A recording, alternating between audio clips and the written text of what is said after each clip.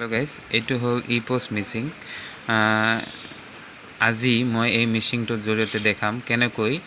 নতুনকৈ software update দিব লাগিব বা কেনেকৈ দিব পাৰি সেই বিষয়ে তো বলকচোন নতুন আপডেট আহি আছে পুৰণটো দিবলৈ আপোনালোকে epos মিচিংখন অন কৰি ল'ব তেতিয়া তাৰটো গ্ৰীন হৈ গ'লে এতিয়া হৈ গৈছে ওকে পিডিএছত ওকে মাৰিলো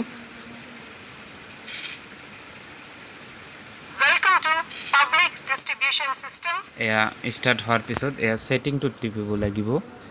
তো এয়া সেটিং টু টিপিলো তো এতিয়া এই মাজতো সফটওয়্যার আপডেট বুলি লেখা আছে এটো টিপিলে অকলে মিচিংটো অফ হৈ অন হৈ যাব আৰু আপডেটটো হৈ যাব একো কৰিব নালাগে এটো নতুন আপডেট তো আপোনালোকে যদি দিয়া নাই মিচিংখনটো আপডেট দিব পাৰে বা দি ল'ব পাৰে তো স্টেপ বাই স্টেপ ফলো কৰি আপোনালোকে আপডেট দি ল'ব তো এয়া মই মাৰিলো আপডেটত তো এতিয়া ইউজ পি জিপিআৰএস এক নম্বৰটা টিপিলেই হৈ যাব নহল তো এয়া এতিয়া এই তলৰটো টিপিলেই আপডেটটো হৈ যাব তো ইয়েছত মাৰিব লাগিব তো এয়া ইয়েছত টিপিলো আর এতিয়া দেখাই আছে যে আপডেট হৈ আছে অকলে অফ হৈ যাব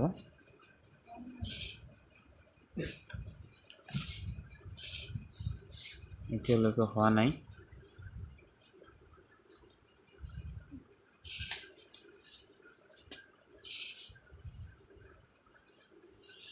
এয়া সময় লৈ আছে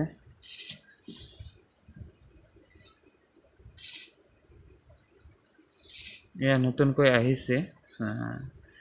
আপডেটটো সেইভাবে প্ৰবলেম হৈ আছে নেকি তো এইটো বেক মাৰি দিও এইটোত নহয় এয়া মাৰিলো এয়া হৈ আছে আপডেটটো অফ হৈ যাব এতিয়া এয়া অফ হৈ গ'ল একো টিপিব নালাগে আকৌ অন হ'ব আৰু চাউল দোৱাৰ যেটো ধৰণ যেটো পুৰণিভাৱে আপডেট দোৱাৰ সিস্টেমটো এটো কিন্তু চেঞ্জ হ'ব মানে আপোনালোকে মই দেখাম কেনেকৈ নতুনকৈ বা নতুন আপডেটটো আহাৰ ফলত যেটো এডিশনাল চাউল আহে হেতু দেৱাৰ ধৰণটো অকনমান চেঞ্জ হ'ব তো চাই থাকক ভিডিওটো আপোনালোকে দেখি গম পাব কেনেকৈ চাউলটো বিতৰণ কৰিব পৰা যায় নতুনকৈ সিস্টেমটো এটা অন হোৱা নাই হ'ব